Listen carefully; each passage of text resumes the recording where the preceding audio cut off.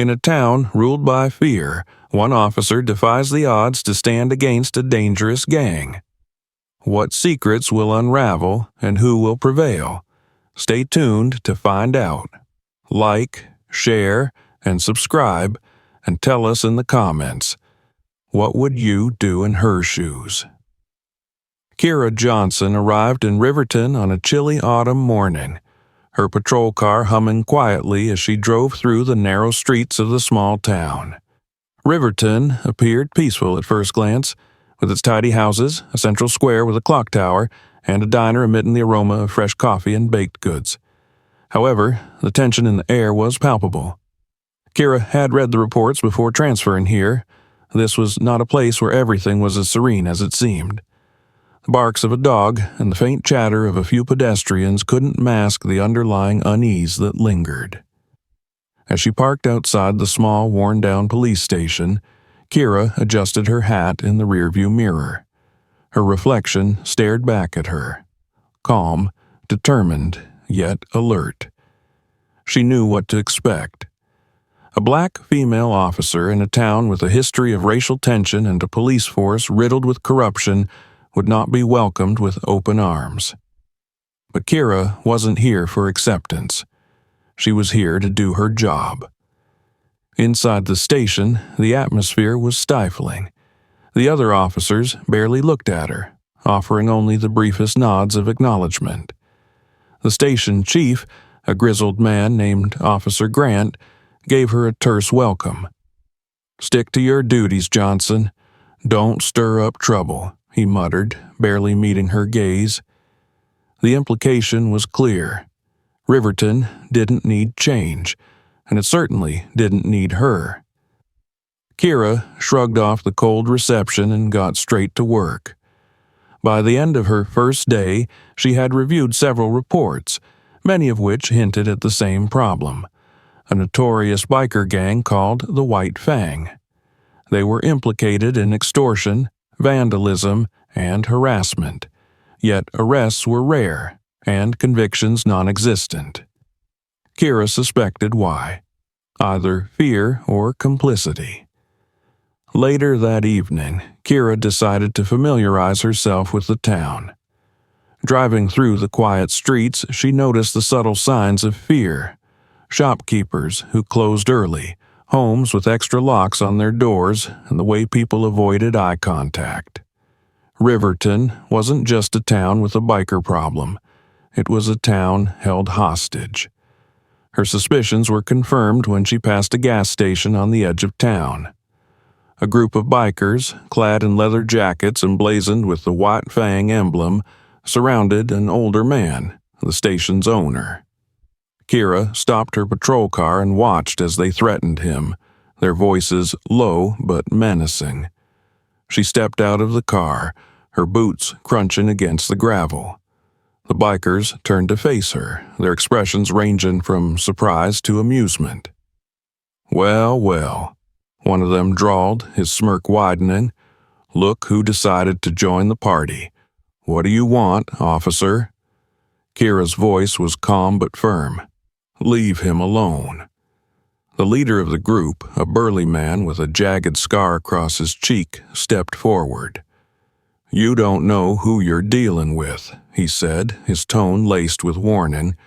"This isn't your business." "It is now," Kira replied, her hand resting on her belt.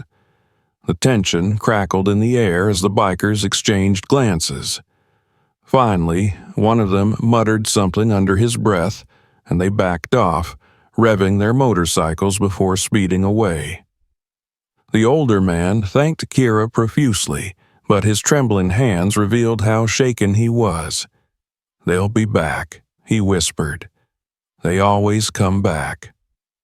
That night, as Kira returned to her small rented house, she couldn't shake the feeling that her actions had set something in motion.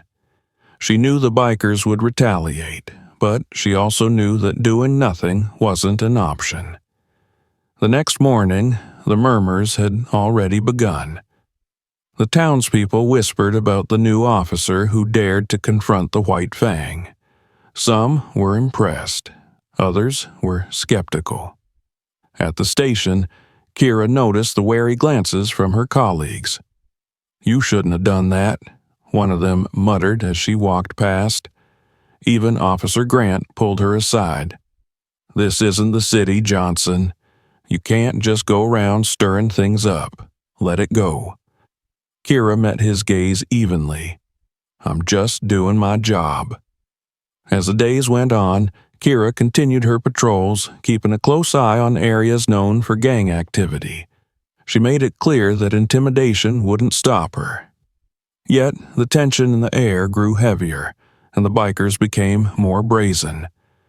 They followed her patrol car at night, revving their engines ominously.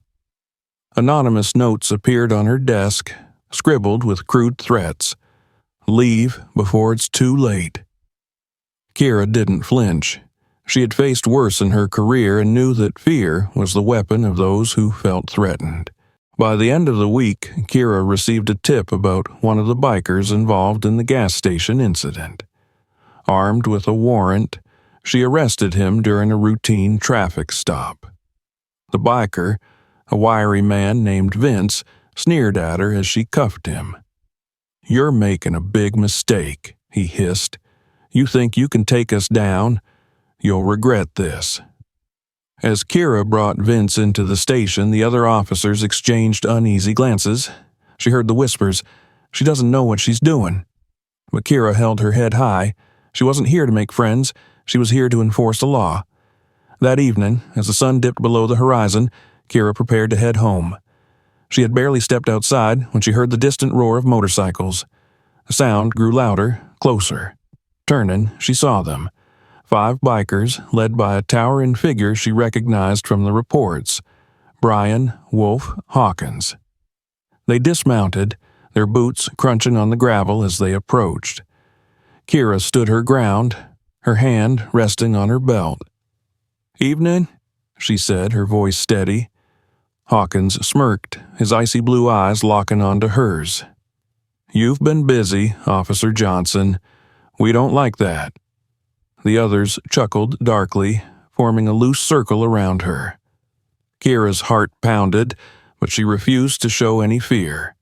She knew this was only the beginning. Kira stood in the dim light of the police station parking lot, her hand steady on her belt as the bikers surrounded her. The leader, Brian Wolf Hawkins, took a step forward, towering over her with a smug grin. His leather jacket, adorned with the White Fang emblem, gleamed under the streetlights. "You've got some nerve, Officer Johnson," he said, his voice low but dripping with menace. "You think you can come into my town and start locking up my guys?" Kira's eyes remained locked on his. She didn't flinch, didn't waver. "Your guy broke the law. I'm here to enforce it." The bikers erupted in laughter, the sound echoing through the quiet lot. Hawkins' grin widened. "You're cute, small, tough-looking, but you don't know what you're up against." He gestured around him to the others, who smirked and cracked their knuckles menacingly. "This isn't the city, lady. Out here, we make the rules." Kira's voice remained calm, her tone unwavering. "Not anymore." The laughter died down, replaced by a tense silence.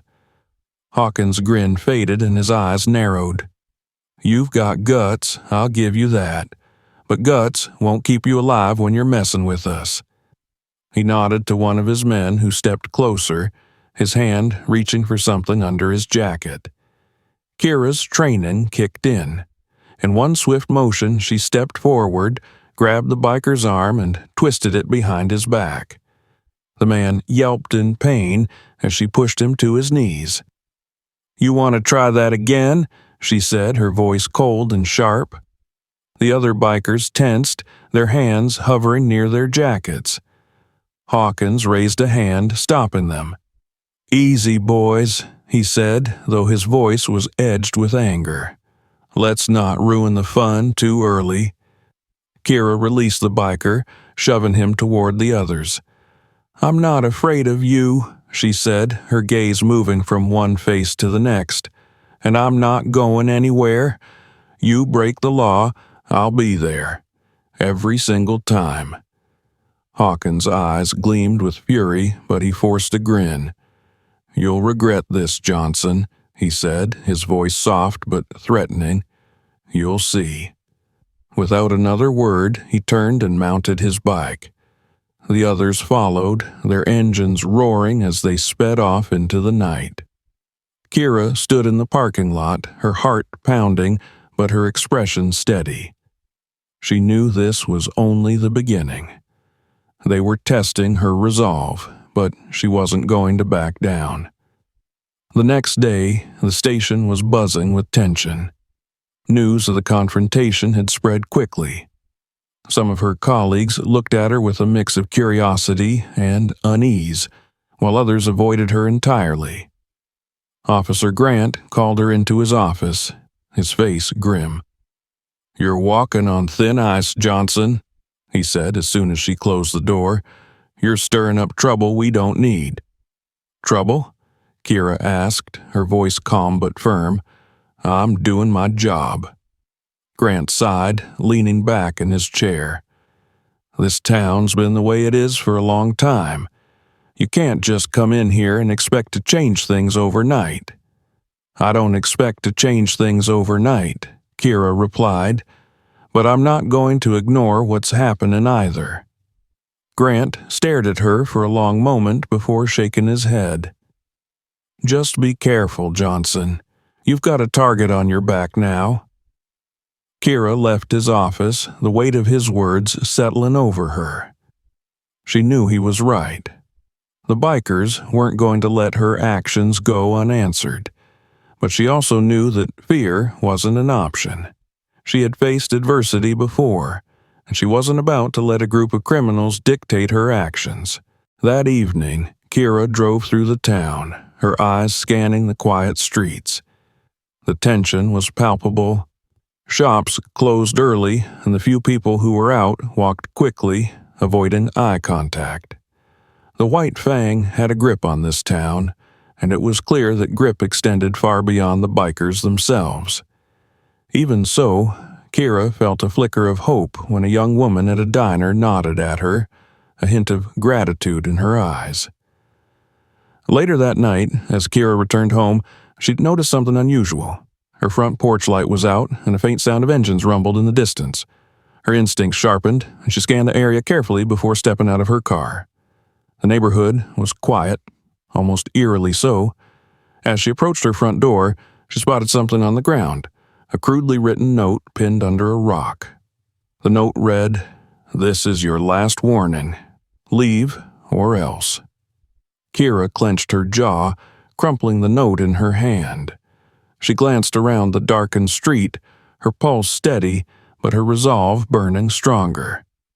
If the bikers thought they could scare her into backing down, they had no idea who they were dealing with.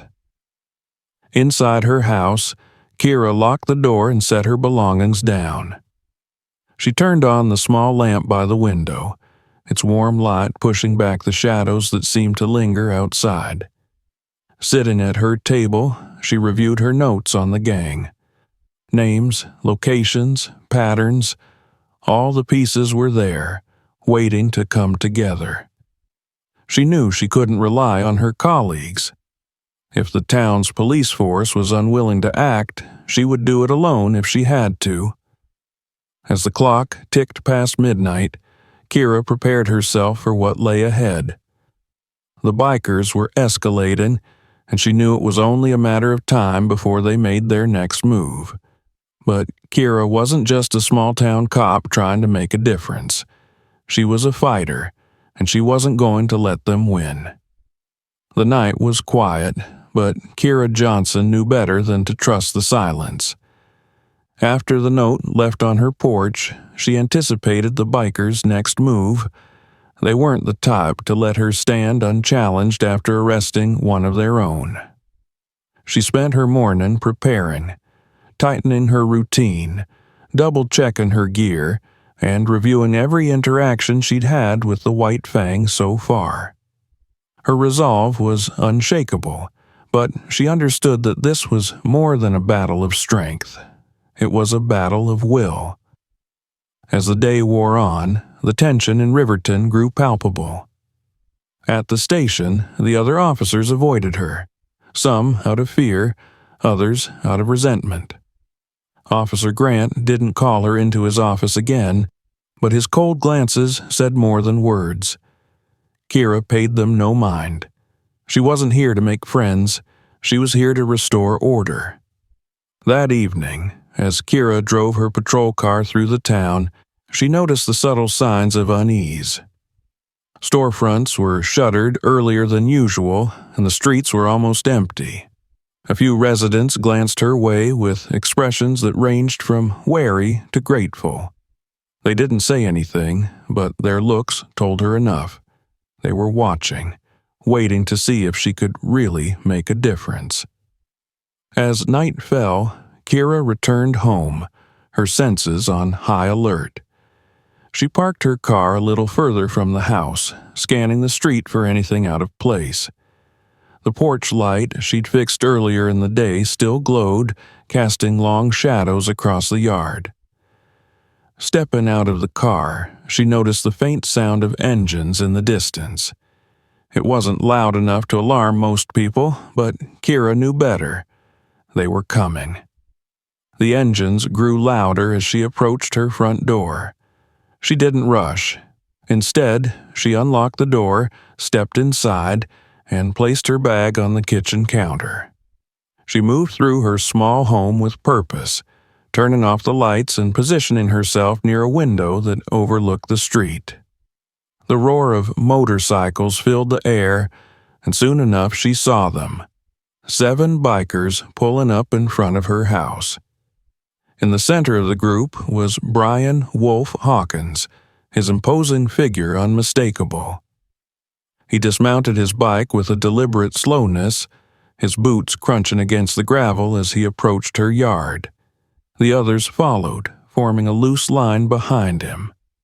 Hawkins called out, his voice carrying easily through the still night. "Officer Johnson, we need to have a little chat." Kira didn't respond immediately. She took a steadying breath, her mind running through her options. She could call for backup, but she already knew it wouldn't come. The station had made it clear that she was on her own in this fight. No, this was her battle to face. She opened the door and stepped onto the porch, her stance calm but firm. "Hawkins," she said evenly, "what brings you to my home?" Hawkins's smirk was faintly visible under the dim porch light. "I think you know why we're here," he said. "You made a big mistake arresting Vince. That's not how things work around here." "That's how the law works," Kira replied. "If you break it, you face the consequences." The other bikers chuckled darkly, their voices mingling with the distant hum of crickets. Hawkins took a step closer. "You're outnumbered, officer. No one's coming to help you. Why don't you make it easy on yourself and pack up? Leave town. This isn't your fight." Kira's gaze didn't falter. "This is exactly my fight." The smirk on Hawkins' face twisted into something darker. "Wrong answer," he said. He raised a hand, and 2 of the bikers stepped forward, their intentions clear. Kira moved swiftly, her training taken over. As the first biker lunged toward her, she sidestepped and delivered a precise strike to his midsection, sending him stumbling back. The second tried to grab her, but she caught his arm, twisted it behind his back, and forced him to the ground with a sharp motion. The sound of his pained groan echoed through the night. Hawkins didn't move immediately. He watched her with a mix of irritation and intrigue. "You've got some fight in you," he said, his voice low, "but you're still alone." Kira straightened, her breath steady. "I don't need anyone else to handle you." Hawkins' expression hardened, and he stepped forward, cracking his knuckles. "Let's see about that." The 2 of them circled each other for a moment, the other bikers watching in tense silence. Hawkins made the first move, swinging a powerful fist toward her.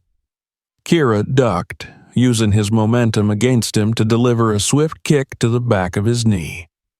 He stumbled, but quickly regained his footing, coming at her again with a wild swing. This time she caught his arm, pivoted, and used a takedown maneuver to slam him onto the ground. Before Hawkins could recover, Kira had her knee pressed against his back and his arm twisted behind him. She reached for her handcuffs, snapping them onto his wrists with practiced efficiency. "Brian Hawkins," she said, her voice steady but commanding. "You're under arrest." The remaining bikers hesitated, their eyes darting between Hawkins and Kira. She didn't need to say anything. Her actions spoke louder than words. One by one, they mounted their bikes and sped off into the night, leaving their leader behind. Kira hauled Hawkins to his feet and marched him toward her patrol car. He spat a string of curses, but she ignored him. She was focused on the road ahead, knowing this arrest was a turning point. As she secured Hawkins in the back seat and closed the door, she allowed herself a moment to breathe. The fight wasn't over, but for the first time, Riverton had seen that the White Fang wasn't untouchable. As she drove Hawkins to the station, Kira felt the weight of the night settle over her. She knew this wasn't the end. The bikers would regroup, and the town's corrupted system would resist change. But she also knew she'd taken the first step in dismantling their control. One arrest, one battle at a time, Kira Johnson was just getting started.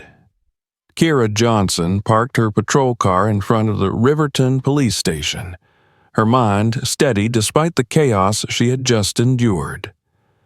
Brian "Wolf" Hawkins sat in the back seat, his hands cuffed and his face twisted in anger.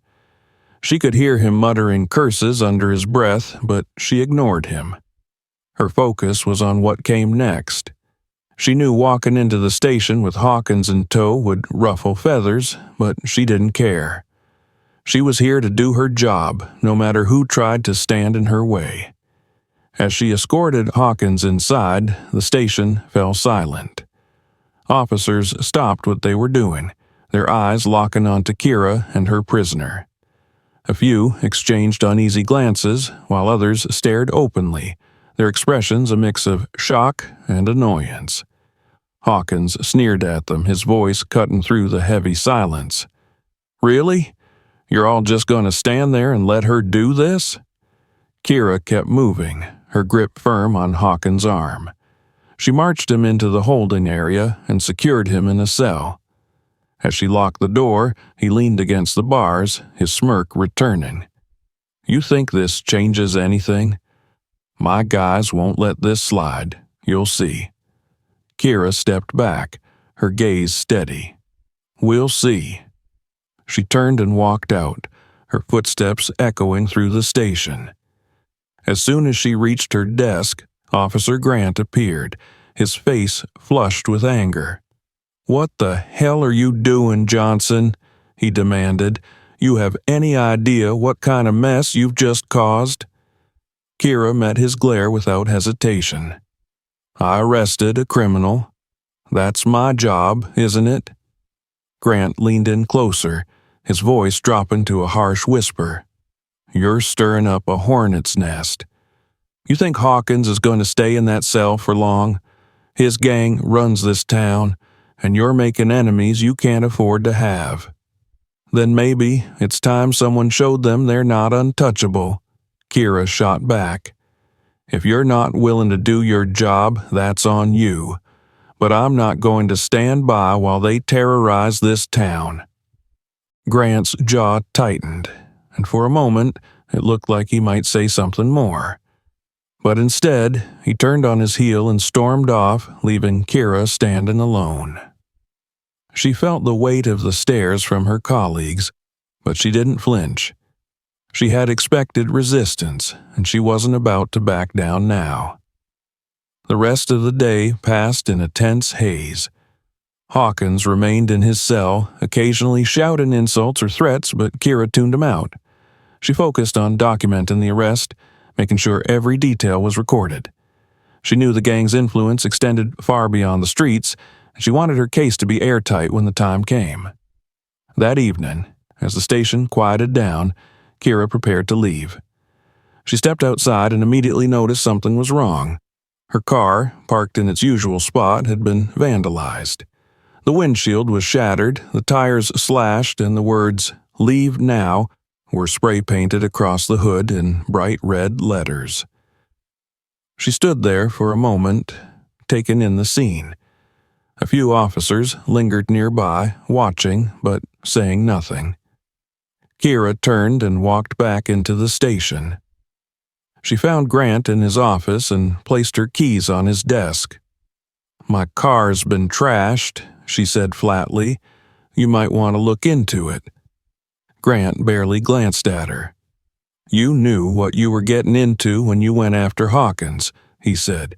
"You brought this on yourself." Kira's eyes narrowed. "So you're just going to let them get away with it?"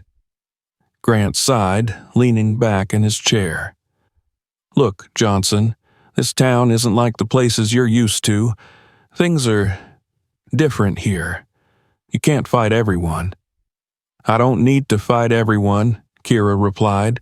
"Just the people breaking the law." She turned and left his office before he could respond. As she walked out of the station, she noticed the same officers who had watched her earlier now looked away, avoiding her gaze. She felt the isolation creeping in, but she pushed it aside. She wasn't here to be liked. She was here to make a difference. Later that night, as Kira sat in her small home, she reviewed her notes on the gang.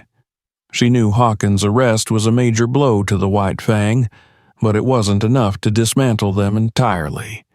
They would regroup and they would retaliate. The vandalism on her car was just the beginning. Still, she wasn't afraid. If anything, the events of the day only solidified her resolve. As the clock ticked past midnight, Kira heard the faint rumble of motorcycles in the distance. She moved to the window, peering out into the darkness. The sound grew louder, but no headlights appeared. It was a warning, a reminder that the gang wasn't done with her yet. She stepped away from the window, her mind already racing with plans for how to handle what was coming. The next morning, Kira arrived at the station on foot, her steps purposeful. Hawkins was still in his cell, his smirk intact. "Sleep well, officer," he taunted as she walked past. "Hope you're ready for round 2. Kira ignored him, heading straight to her desk. She had work to do. The fight was far from over, but she wasn't backing down. Not now, not ever. Kira Johnson knew the final confrontation with the White Fang was inevitable. Hawkins' arrest had been a major victory, but it was clear from the gang's retaliation and the silence of her colleagues that Riverton was still far from being free of their grip. The town's uneasy quiet hung like a storm cloud, and Kira could feel the tension building with each passing hour. She had no intention of backing down, and if the White Fang wanted a fight, she was ready. That evening, as Kira returned to her small home, she noticed a shadow moving near her back fence. Her instincts kicked in, and she moved silently toward the door, stepping inside and locking it behind her. From the window, she could see two figures near the fence line, whispering to each other. They weren't trying to hide their presence entirely, which meant one thing. They wanted her to know they were there. Kira turned off the lights and waited. Minutes later, there was a loud knock at the door, followed by Hawkins' familiar voice. "Johnson, open up. Let's have a chat." She didn't move immediately, listening for any signs of others nearby. From the sound of their muffled laughter, She counted at least 3 outside. Her pulse remained steady. She wasn't afraid, but she knew the situation would escalate quickly if she didn't handle it right. After a moment, she stepped to the door and opened it just enough to see Hawkins and 2 of his men standing on her porch, their arms crossed and smirks plastered on their faces. "What do you want, Hawkins?" she asked calmly, her voice cutting through the quiet night. Hawkins leaned against the doorframe, his cuff marks still visible on his wrists. "You made a big mistake arresting me," he said, his tone casual but with an undercurrent of menace. "I thought we could talk this out, come to an understanding." "I understand enough," Kira replied. "You're trying to intimidate me. It's not going to work." Hawkins' smirk faltered for a split second before he leaned in closer. "You've got guts, I'll give you that, but you're playing a dangerous game. The people here don't care about you, Johnson. They won't back you up. You're alone." "Maybe," she said, "but you're still breaking the law, and as long as I'm here, I'll keep doing my job." Hawkins straightened, the smirk dropping from his face entirely. "Then we've got nothing to talk about." He motioned to one of his men who stepped forward, his hand reaching for something in his jacket. Kira didn't wait for him to act. In one swift motion, she stepped out onto the porch and grabbed his arm, twisting it behind his back and forcing him to his knees. The man yelped in pain, and Hawkins took a step back, clearly surprised by her speed. "Enough," Kira said sharply, her grip firm. "This ends tonight." The other man moved toward her, but she released the first and turned to meet him head-on. A quick kick to his shin sent him stumbling, and she followed it with a precise strike to his chest, knocking the wind out of him. Hawkins, seeing his men incapacitated, clenched his fists and charged at her. Kira sidestepped, using his momentum to throw him off balance. He hit the porch railing hard, but he recovered quickly, swinging at her wildly. Kira blocked his punches with practiced precision, her movements fluid and controlled. She saw the frustration building in his expression as he realized he couldn't overpower her. When he swung again, she ducked low, grabbed his wrist and used a takedown maneuver to pin him to the ground. In one smooth motion, she pulled her handcuffs from her belt and secured his wrists behind his back. "You're under arrest," she said firmly, her voice steady despite the adrenaline coursing through her. The 2 other men groaned as they tried to get up, but Kira leveled a warning glare at them. "Stay down unless you want to join him." They hesitated, their eyes darting between her and Hawkins. After a moment, they scrambled to their feet and fled into the night, their footsteps echoing in the quiet street. Kira didn't bother chasing them. Her focus was on Hawkins, who was cursing under his breath as she hauled him to his feet. As she marched him toward her patrol car, which she had parked a block away earlier that day, Hawkins glared at her. "You're making a mistake, Johnson. This town isn't worth saving." "Maybe not to you," she replied, "but it's my job to protect it, whether you like it or not." By the time Kira arrived at the station with Hawkins in tow, the tension in the air was palpable. A few officers looked up from their desks as she entered, their expressions ranging from shock to annoyance. Without saying a word, she led Hawkins to a holding cell and locked him inside. He slumped onto the bench, his eyes filled with fury, but also something else: defeat. As Kira walked back to her desk, Officer Grant appeared, his face a mix of anger and disbelief. "You just can't let this go, can you?" "No," Kira said simply, "and neither should you." Grant stared at her for a long moment before shaking his head and walking away. Kira didn't care what he thought. She had done what needed to be done, and she would continue to do so as long as she wore the badge. The next morning, News of Hawkins' second arrest spread quickly through Riverton. For the first time, residents began to speak out. A shopkeeper stopped Kira on her patrol to thank her, and a young boy waved at her as she drove by. The White Fang's grip on the town was weakening, and Kira could feel the shift. People were starting to believe that change was possible. As she stood outside the station that afternoon, looking out over the quiet streets, Kira felt a sense of resolve. The fight wasn't over, but Riverton had taken its first steps toward freedom. And Kira Johnson would be there every step of the way, ready to face whatever came next. The battle for justice in this small town is far from over. What would you do when faced with such challenges? Let us know in the comments below. If you enjoyed this story, don't forget to like, share, and subscribe to our channel. Hit the bell icon to stay updated on more powerful stories like this one. Thank you for watching.